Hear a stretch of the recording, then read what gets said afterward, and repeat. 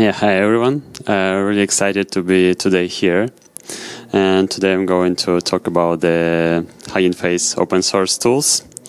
And let's start with a few words about me. As you can see here, I'm an open source contributor and maintainer. If you previously had some experience training some maybe models for semantic segmentation, you might be familiar with my open source projects. Also, I participated in different data science competitions on different platforms and became a Kaggle competition master. And 8 months ago, I joined the Hugging Face as a computer vision engineer in open source team. And while I believe most of you have heard about the Hugging Face, let me quickly introduce it. Actually, the company was founded 8 years ago as a chatbot company, but later it pivoted to open source. And I would say that the company is the home of open and collaborative machine learning. You may have heard about it like a GitHub for AI. It is used globally by small startups and big tech companies. And now Hugging Face Hub hosting more than 1 million open source models and more than 250,000 open data sets. And the Hugging Face team is maintaining more than 200 open source libraries, of course not alone, but with the help of the awesome open source community. And today we're going to talk about why you should build your AI with open source. We'll see some real examples of open source models, and then talk a little bit of how you can use them, optimize, fine-tune, and share with the community. Okay, let's start with the first one. Even with the progress of proprietary models like ChatGPT or Claude over the recent years in natural language processing, there are like a bunch of other tasks and domains that are not yet covered, like for example, computer vision, audio, some multimodal, tabular data, and the progress here is mostly driven by the open source community. And even if we are talking about the neural language processing, like there could be also many reasons why you might want to build your own solution instead of using the proprietary one. Like it might be some security reasons if you want to keep your data inside your environment. Or it might be the cost reduction and the latency reduction. But even if we are talking about the quality, actually, the quality over the last year, with open source solution, open source models over the last year, significantly reduced the gap in quality between the open source and the closed source models. And this is actually even without any fine tuning. And if we go for some examples, actually, so here is one of the, I think the cool examples how you can adapt a model for a more narrow specific task, even if the open source and closed source models are really good in writing some code, you still can fine-tune it further and improve the accuracy, for example, here in writing some SQL queries.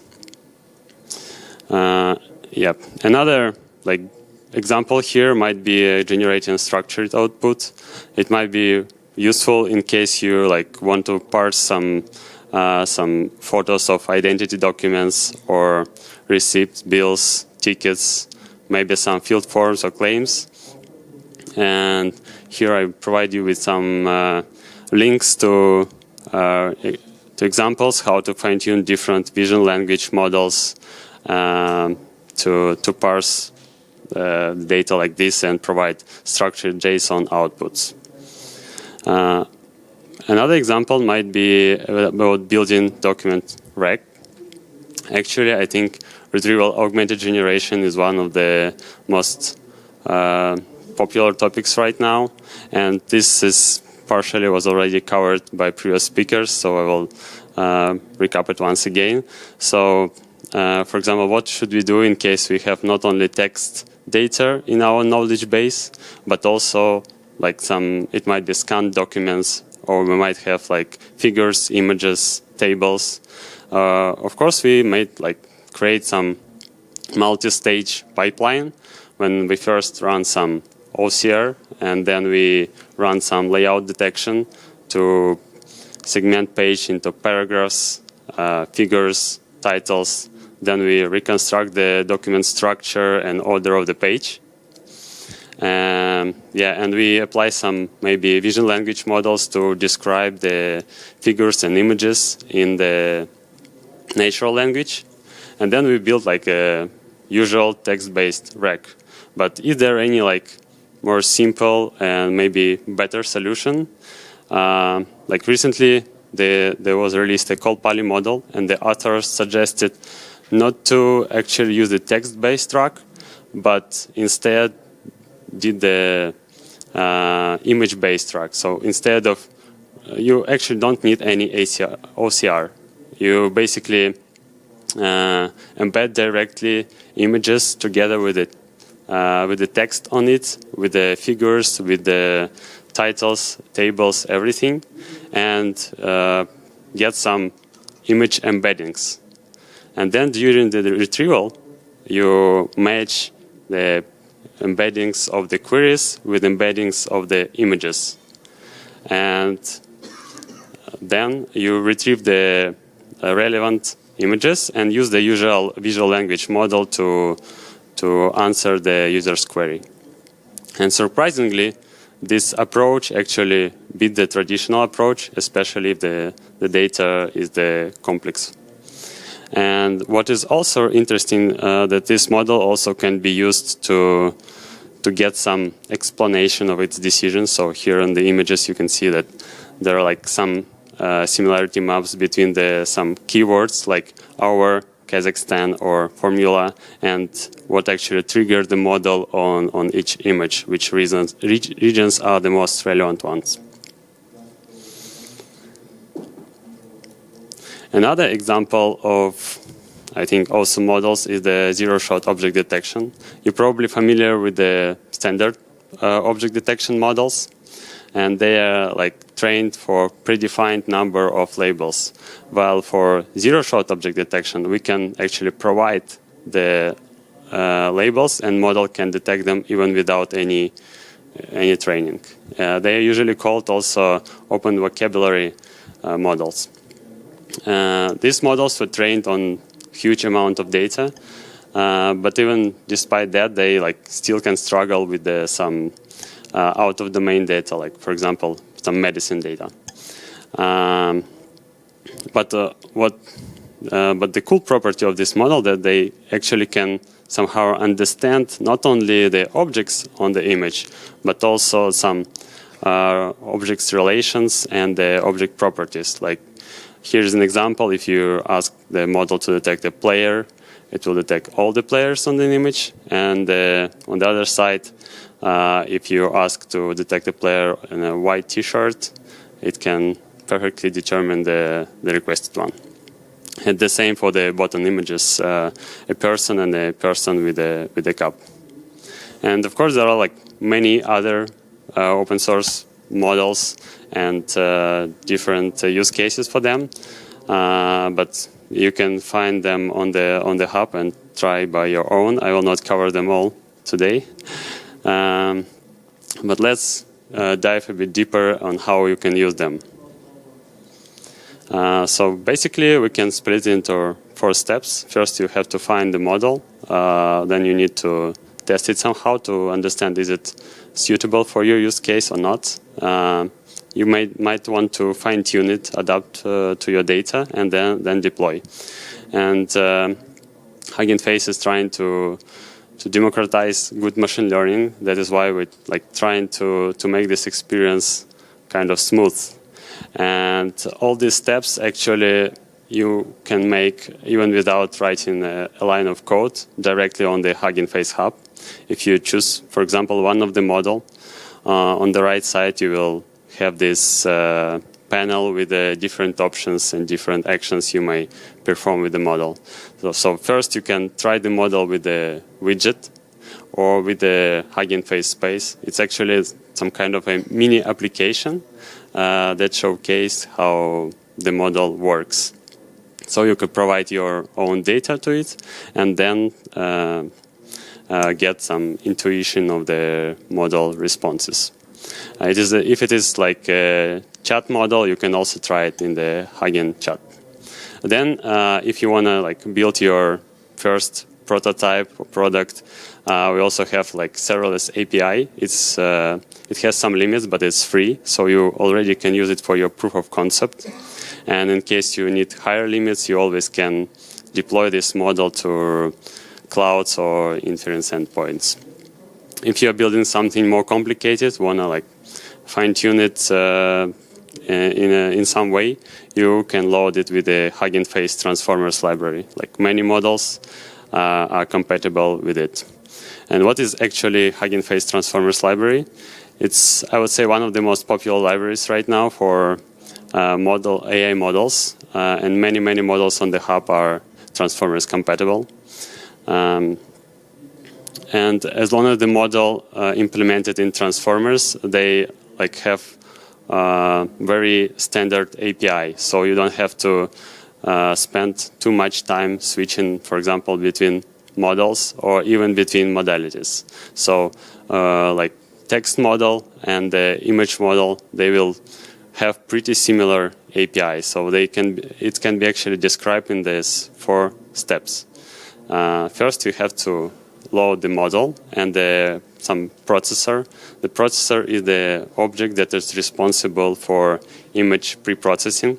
It's actually, for example, applying some template and tokenizing the text or resizing image and normalizing it. Then you're doing the inference, and then again you're doing like post-processing of the model output.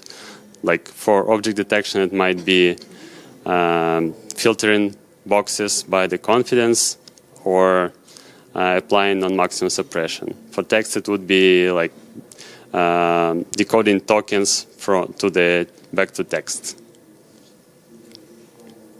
And if the model is implemented in Transformers, it also have some cool features about its optimization. For example, the first one is attention implementation. Surprisingly, the most models right now are Transformers, and they use attention mechanism. And this attention mechanism actually can be implemented like in different ways. So each model might have, at least at this moment, up to 4 different implementations of attention. It might be eager implementation, which is written in the PyTorch functions, PyTorch matrix multiplication. It's the most flexible one, but might be not always optimized for speed or for speed or for memory. You maybe heard also about the flash attention too. So, but for this one, you need a specific GPU series, for example. Also, like since Torch 2, the scale.product attention introduced, which might be better in terms of the memory and the speed, and also with the latest Torch, flex attention also introduced. So to choose the one of the attention, you just need to provide a specific argument while you are loading your model from the Hugging Face hub. And here is some example which speed up you might experience if you actually use different type of attention. For example, for SIGLIP model, the speed might be 1.6 times faster if you use flash attention or SDPA. But it actually depends a lot on your hardware, software, on the model. So you have just to give it a try and benchmark for your specific use case. Another thing we are working with is the compatibility of models with Torch Compile. This Compile makes PyTorch code run faster. like just to optimizing it to use the specific kernels. But you may not experience any speed up if your model is not written well. Like here is an example after some modification of model architecture, compare it to the original implementation, we get like 5 times faster model after compilation. So basically you have to avoid in the modeling code some dynamic control flows and avoid some graph breaks. It's not really like too much modifications, but you might experience a really huge speed up after that. Another thing you might want to care if you want to speed up your model is how your data are prepared. Like in transformers, we still have some many image preparations written in NumPy and PIL, but this might be really slow. So right now we are providing a faster alternative written with a torch, which might utilize CUDA and torch compile too. And yeah, if you see like the first row, there is a slow image processing plus the not compiled model, and the one forward pass takes 40 milliseconds. And if we use the faster processing and a compiled model implementation, you get like 20 times faster processing and 4 times faster end-to-end inference. This was all about the speed, and here are some tricks actually about the how to run big models on like your hardware. First of all, if you have if the model is big enough and it doesn't fit to your small GPU, for example, but you have several GPUs in transformers, you can just provide device map argument, and the model will be automatically split between your devices. Actually, it can be even split between the GPU and the CPU RAM memory. It also can be even some models can be put on your hard drive and like loaded just by demand, but that would be like really slow. But you can at least try how and check how the model works. The second, like if you still have just one GPU, you might or 2 GPUs, you might also use instead of the full precision, you might use the half precision, just specifying the torch data type while loading the model, and you will get, instead of float 32, you will get like bfloat 16 model, which is 2 times less in size. Another thing is the maybe more advanced thing is quantization. You can reduce the model size even further. Like in transformers, we have many methods and libraries integrated. Some of these quantization methods require some data set for calibration, but others they can be used just on the fly. So, for example, here is the bits and bytes, and you can, for example, the cool thing is with bits and bytes that it can be applied actually for any model if it is if it consists of linear layers. So all you need is just to create quantization config and provide it while the model is loaded, and actually quantization is happening while the weights are loaded, so you don't have to have pre-quantized model. While the layers are loaded, they are quantized on the fly. So I think that's really nice.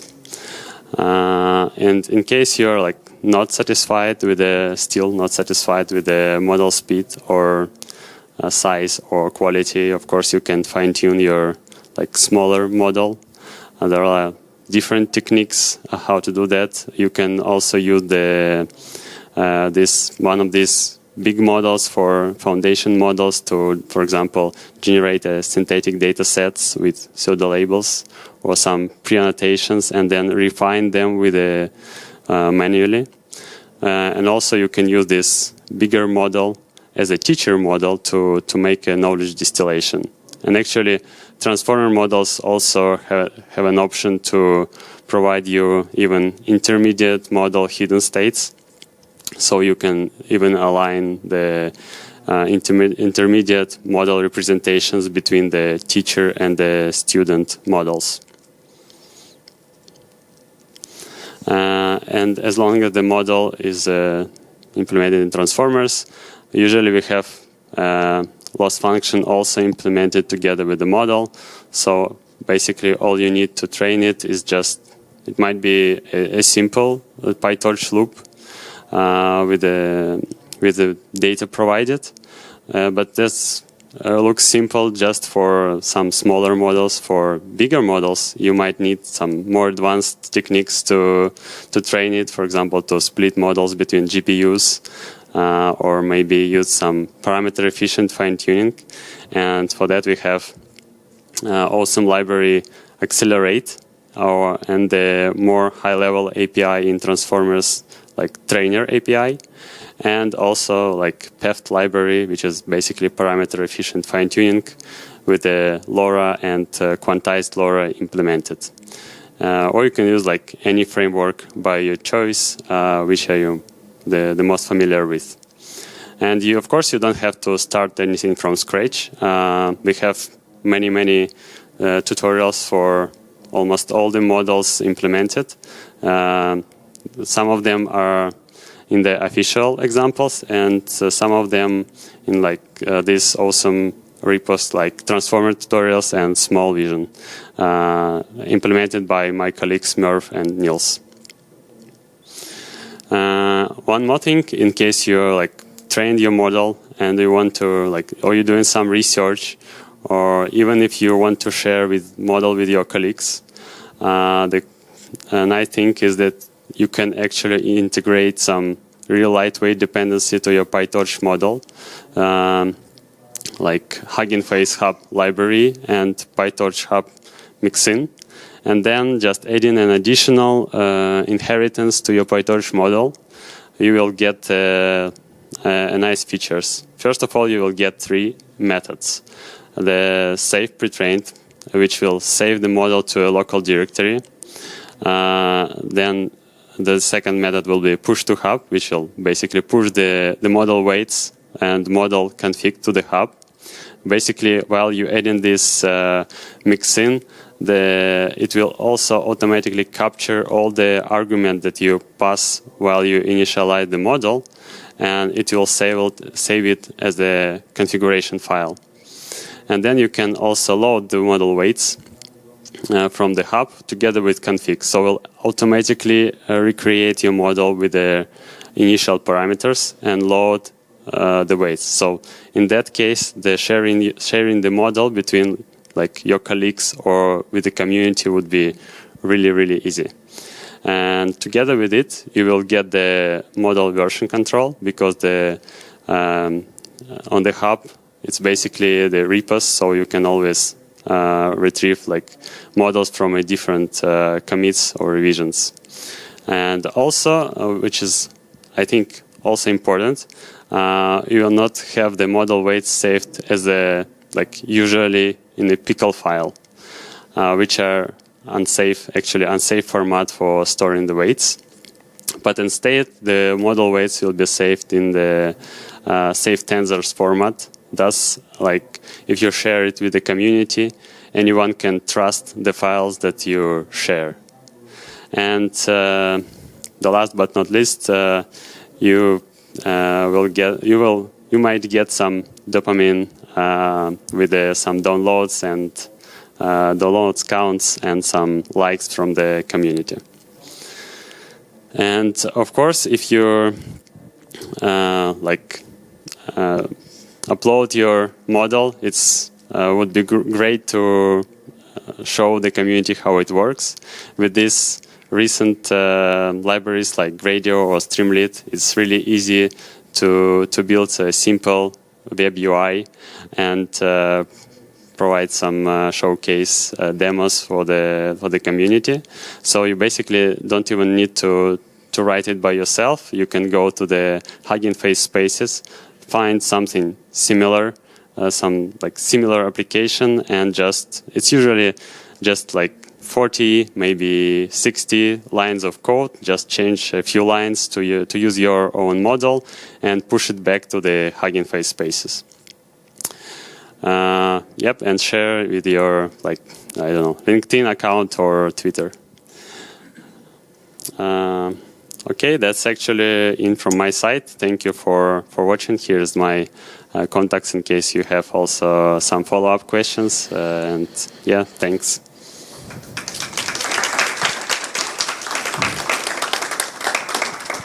Thanks a lot, Pavel. Questions about Hugging Face? Anyone have experience with Hugging Face? Don't be shy. Raise your hands. Who has experience with Hugging Face? I would expect everyone, at least, or at least half. Okay. Maybe if you want to start with Hugging Face, Pavel can talk about that somewhere over the coffee break or something like that, because definitely is the place to be in terms of models, trying to play around, push some of your own models, or basically an ecosystem, right? To make it. We have a question. Just technical question. Only technical question. Is the presentation available somewhere? Because it was, I think it was very well walking through all the functionality of Hugging Face, and I'm starting. I would like to have possibility to remember it. I think we'll be asking about the presentations itself for the speakers who will be available in the conference space, or afterwards. Or you can like contact me and I will send you. No problem. Yeah, that's the direct way. Okay, thank you so much for giving us a guide. Big applause, please.